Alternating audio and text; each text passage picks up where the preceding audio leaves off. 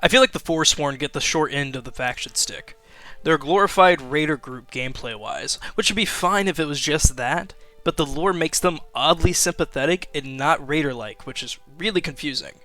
It's sympathetic enough that I don't even want to make a joke or a reference, because everything I can come up with is too political for what I want to do with this channel. So, like the Canva thing, like trying to convince me that I need to use Canva. To summarize their history, the Reachmen, these guys, are primarily found in the Reach Hold, right here, near Markarth. Oh, that's not what I need to do. They're a distinct race of man that is technically a combination of Nords, Bretons, and Elves. Because of this lineage, they're classified differently than the playable races, so you can't actually play as a Reachman in Skyrim.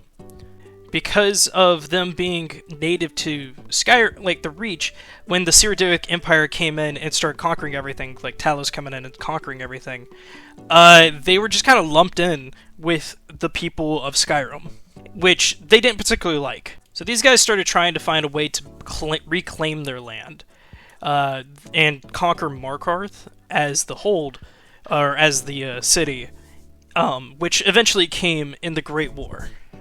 The Great War took place in the 4th era between 171 and 175, and it ended in an empire loss, which weakened their hold on their provinces, including Skyrim. The Forsworn were like, hey, this is a good opportunity to retake the land, and so after the Great War, they decided to launch an attack on Markarth, which later became known as the Markarth Incident. They were being led by this guy, whose name is Madanak. He became the king after they conquered Markarth. They were a mostly peaceful kingdom, and they were generally fair to everyone until their kingdom ended around 176.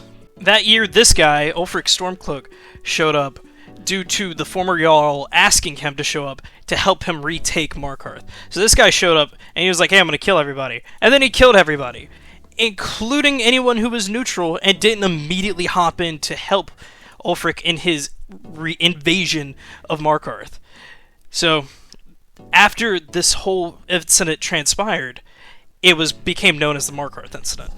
Everyone apparently did not include Madanak and a few other Forsworn in the city, so Madanak was put into prison in Sidna Mine, back in Markarth. Then the Silverblood family came in, and they used Madanak's influence to kill anyone they deemed a threat and just do a bunch of political assassinations. Which is where we find ourselves in the game, during this massive abuse of power. The Forsworn are scattered with no centralized power, and the once generally fair rulers were reduced to a loosely connected group of raiders, which is honestly kind of sad. There's not really a way to remedy this in-game either. The only quest available for the Forsworn is the Forsworn Conspiracy, which allows the player to either free Madanak, who then takes over a camp and makes the people there peaceful to the player, or kill Madanak, which ends the last bit of real leadership for the Forsworn.